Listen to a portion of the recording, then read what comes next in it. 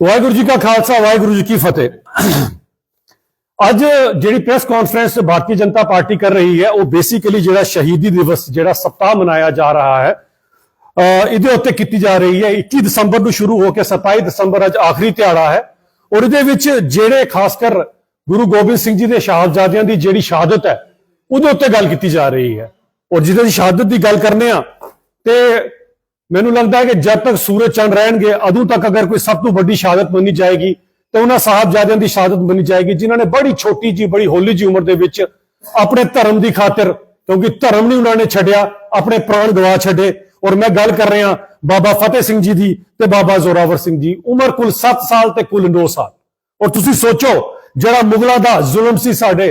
मुगलों ने जिस तरह से हिंदुस्तान के अंदर औरंगजेब जिस तरह से आया और जिस तरह रोज सवा मन जिवें उतार के रोटी खांदा हुंदा सी और जिस तरह से हिंदुओं का कतल हुंदा सी जिस तरह साडे मंदिर तोड़े जांदे सन अगर किसी ने बीड़ा चक्या तो उहदे बाद तुहानूं याद होना गुरु गोबिंद सिंह जी ने पूरी कौम नूं जिसने बचाउण वास्ते। और गुरु गोबिंद सिंह जी अगर शख्सियत नूं तुसीं वेखो ते सब तो पहली गल आंदी है अगर तुहानूं याद होएगा गुरु तेग बहादुर जिन्हां नूं हिंद दी चादर भी कहा जांदा सी जिसले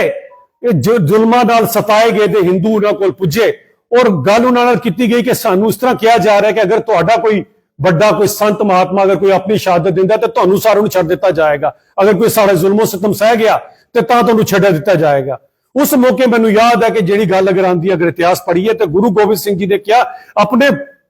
पिता नूं कहंदे ने कि तुहाडे कोलों वड्डा कौन होएगा। और गुरु गोबिंद सिंह जी तां ही मैं उन्हां दे जिहड़े सैक्रीफाइस की गल करांगा किहड़ा वड्डा सैक्रीफाइस होगा। सबसे पहले उन्होंने अपने प्यो नूं अपने फादर नूं कहा कि तुसीं जिहड़ी है तुसीं क्यों नहीं इन्हां दे खातिर जिहड़ा धर्म दे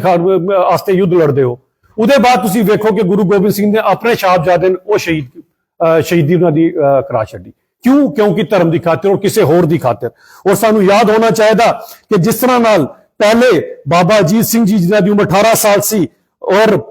ਚਮਕੌਰ ਦੇ ਯੁੱਧ ਦੇ ਵਿੱਚ ਜਿਸ ਤਰ੍ਹਾਂ ਸੇ ਉਹਨਾਂ ਨੇ ਸ਼ਹਾਦਤ ਪਾਈ ਔਰ ਇਹਨਾਂ ਮੁਗਲਾਂ ਦੇ ਖਿਲਾਫ ਲੜਦੇ ਉਸੇ ਤਰ੍ਹਾਂ ਨਾਲ ਬਾਬਾ ਜੁਝਾਰ ਸਿੰਘ ਜਿਨ੍ਹਾਂ ਦੀ ਉਮਰ 14 ਸਾਲ ਸੀ ਉਹਨਾਂ ਨੇ ਵੀ ਚਮਕੌਰ ਦੀ ਲੜਾਈ ਦੇ ਵਿੱਚ ਆਪਣੇ ਪਿਤਾ ਦੇ ਆਦੇਸ਼ ਨੂੰ ਪਾਲਣ ਕਰਦੇ ਹੋਈ ਇਹਨਾਂ ਮੁਗਲਾਂ ਦੇ ਨਾਲ ਲੋਹਾ ਲਿਆ। और सब तो वड्डी चीज आंदी है जिहड़े दो मासूम छोटे जे शहादजादे सन जिन्हां नूं उसले वजीर खान जिहड़ा कि सरहंद दा गवर्नर सी उन्हें ऑफर किया कि तुहानूं धन दौलत नाल तोल दिता जाएगा तुहानूं वड्डी वड्डियां पदवियां दित्ती जाणियां तुसीं अपना धर्म छड्ड दिओ लेकिन उन्होंने धर्म नहीं छड्डिया अपने प्राण निशावर करन तो बाज पिछे नहीं होए। और उम्र कितनी सी कुल 7 साल से 9 साल। और एक जिहड़ा वाकया मैं तुहाडे नाल जरूर इसे साझा करना चाहांगा क्योंकि सारी लोग सारी संगत भी जुड़ी है तुहाडे चैनलों के थ्रू कि जिसले उन्होंने चिनाया जा रहा सी और जिसले चिनाई की जा रही सी ते एक पासे खड़े सन बाबा फतेह सिंह जी दूजे पासे खड़े सन बाबा जोरावर सिंह जी क्योंकि बाबा फतेह सिंह की उम्र होली सी। और उन्होंने देखा कि बाबा जोरावर सिंह जी की अखां दे विच अथरू आ गए तो उसने फतेह सिंह जी कहते हैं कि वीर जी तुसी डर रहे हो क्योंकि तुहाडी अखां दे विच अथरू। उन्होंने कहा मैं डर नहीं रहा क्योंकि गुरुदास सिंह किसी को डरदा नहीं है। मैनू सिर्फ एक चीज का अफसोस हो रहा है कि अगर कुदरत के निजाम के अकॉर्डिंग अगर चलीए तो पहले मैं जाना सी दुनिया तो फिर तू जाना सी लेकिन जिस तरह नाल कंध उच्ची हो रही है मेरे को पहले तेनू जाना पेगा बस इस चीज का मैनू दुख है। एडी वड्डी शहादत किस कारण एडी वड्डी शहादत दी गई केवल और केवल दूजे धर्म की खातिर केवल और केवल हिंदुओं को बचाने के लिए जिस कौम ने अपना सैक्रीफाइस दिता इस कौम के सदैव असीं नहीं रहांगे। और सब तो वड्डी गल यह आंदी है कि इस कौम ने जिहड़ियां शहादतां प्राप्त कीतियां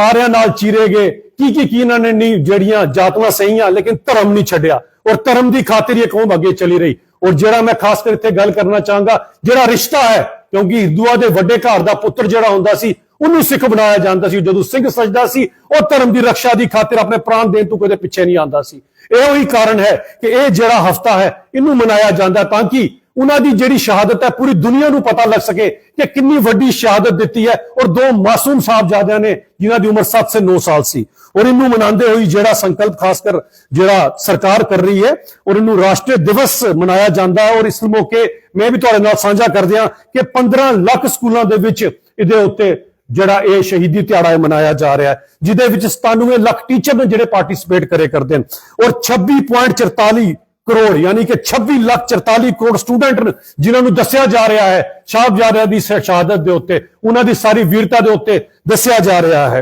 इहो ही नहीं 44,000 कॉलेज ਤੇ ਯੂਨੀਵਰਸਿਟੀਆਂ ਜਿਨ੍ਹਾਂ ਦੇ ਵਿੱਚ ਸਾਹਿਬਜ਼ਾਦਿਆਂ ਦੀ ਸ਼ਹਾਦਤ ਦੇ ਉੱਪਰ, ਇਸ ਦਿਹਾੜੇ ਦੀ ਸ਼ਹਾਦਤ ਦੇ ਉੱਪਰ ਔਰ ਇਸ ਸੈਕਰੀਫਾਈਸ ਦੇ ਉੱਤੇ ਗੱਲ ਕੀਤੀ ਜਾ ਰਹੀ ਹੈ। ਔਰ 7000 ਰੇਲਵੇ ਸਟੇਸ਼ਨ ਜਿਨ੍ਹਾਂ ਤੇ ਅਲੱਗ-ਅਲੱਗ ਹੋਰਡਿੰਗਾਂ ਲਾ ਕੇ ਇੱਕ ਐਗਜ਼ੀਬਿਸ਼ਨ ਕੀਤੀ ਜਾ ਰਹੀ ਹੈ, ਜਿਹਦੇ ਵਿੱਚ ਇਹਨਾਂ ਦੀ ਸ਼ਹਾਦਤ ਦੀ ਦੁਨੀਆ ਜਿਹੜਾ ਗੁਣਗਾਨ ਗਾ ਸਕੇ, ਦੁਨੀਆ ਨੂੰ ਪਤਾ ਲੱਗ ਸਕੇ ਕਿ ਸ਼ਹਾਦਤ ਕੀ ਸੀ। ਇਹੋ ਹੀ ਨਹੀਂ, ਹਿੰਦੁਸਤਾਨ ਦੀਆਂ 137 에ਅਰਪੋਰਟ ਦੇ ਉੱਤੇ ਵੀ ਜਿਹੜੀ ਪ੍ਰਦਰਸ਼ਨੀ ਲਾਈ ਜਾ ਰਹੀ ਹੈ, ਉਹ ਵੀ ਨਾ ਵੀਰਾਂ ਦੀ ਜਿਹੜੀ ਹੈ ਸ਼ਹਾਦਤ ਦੇ ਉੱਤੇ ਲਾਈ ਜਾ ਰਹੀ ਹੈ। 67 ਪੈਟਰੋਲ ਪੰਪ ਤੇ ਸੀਐਨਜੀ ਸਟੇਸ਼ਨਾਂ ਦੇ ਉੱਤੇ ਵੀ ਤੁਸੀਂ ਵੇਖ ਰਹੇ ਹੋਣੇ ਹੋ ਡਿਸਪਲੇ ਕੀਤਾ ਜਾ ਰਹੇ ਨੇ ਸਾਰੀ ਚੀਜ਼ਾਂ ਦਾ। ਇਸ ਚੀਜ਼ ਦੀ ਸਭ ਤੋਂ ਵੱਡੀ ਲੋੜ ਇਸ ਕਾਰਨ ਹੈ ਕਿ ਇਹਨੂੰ ਕੋਈ ਵੱਡੀ ਸ਼ਹਾਦਤ ਮੈਨੂੰ ਲੱਗਦਾ ਨਹੀਂ ਜਦ ਤੱਕ ਸ੍ਰਿਸ਼ਟੀ ਰਹੇਗੀ ਕੋਈ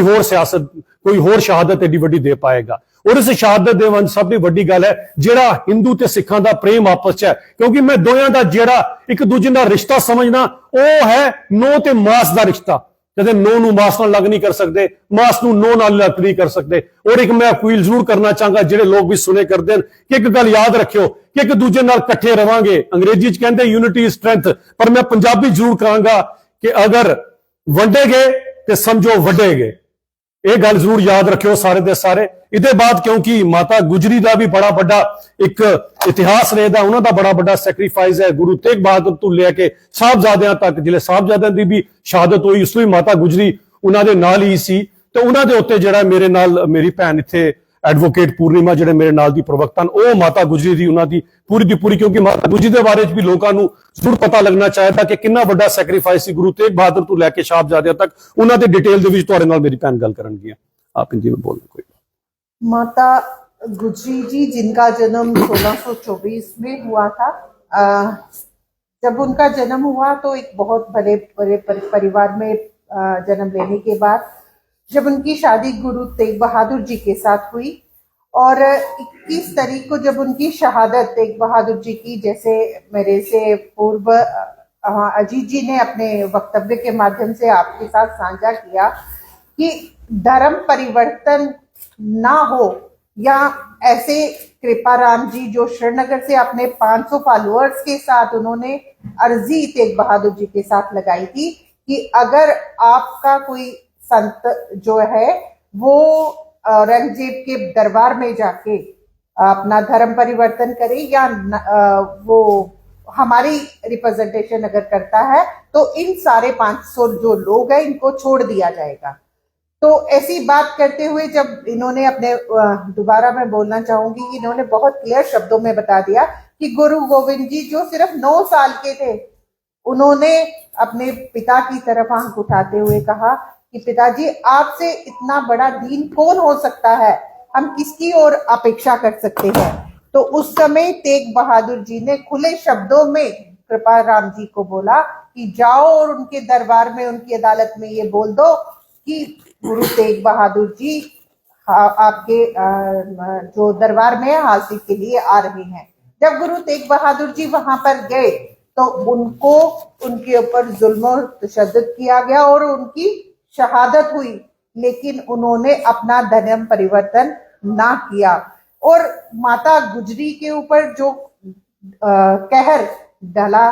तेग बहादुर जी से उनसे बिछोड़ना पड़ा, और उसके बाद उनके बेटे की जो संतानें, चारों संतानें जो थी, वो अनंतपुर साहब जो गुरुद्वारा है वहां से जब उनका, उसको बिछोड़ा साहब भी कहा जाता है, वहां से जब बिछड़े गुरु गोविंद सिंह जी अपनी 2 संतानें लेके एक तरफ चले गए और माता गुजरी जी उनकी गुरु गोविंद सिंह जी की 2 संतानें जो अपने फतेह सिंह जी और जोरावर जी थे उनको लेके अपनी दूसरी तरफ चल पड़ी। बीच में उनको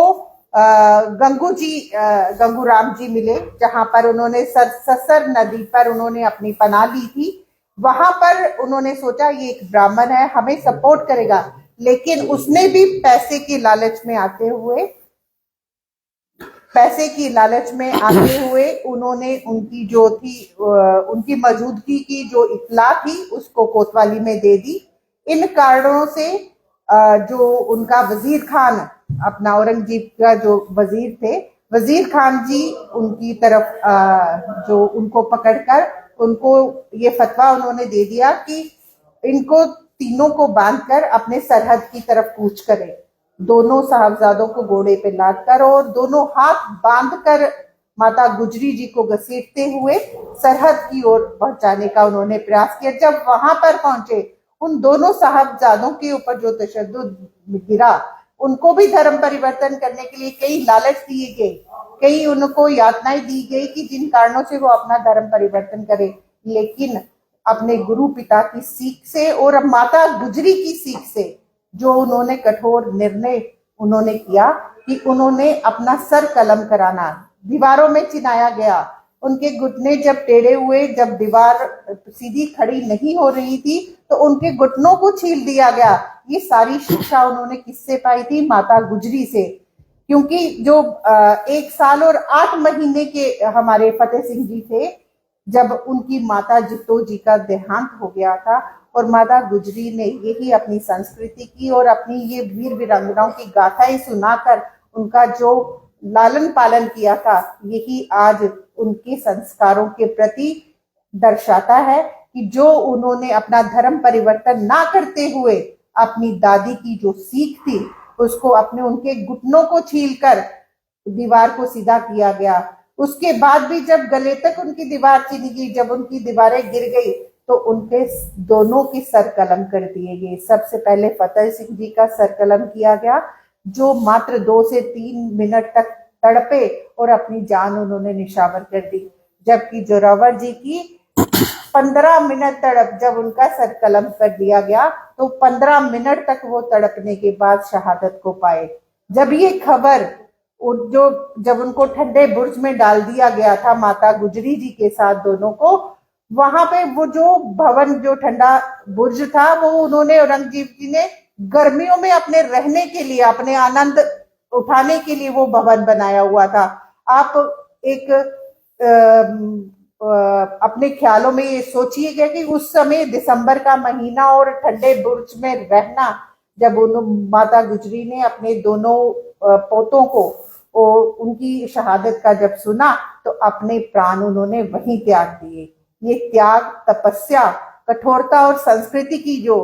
प्रतिबिंब हमारी माता गुजरी हमारे बीच में रही, इससे हमें सीख मिलती है कि हमें अपने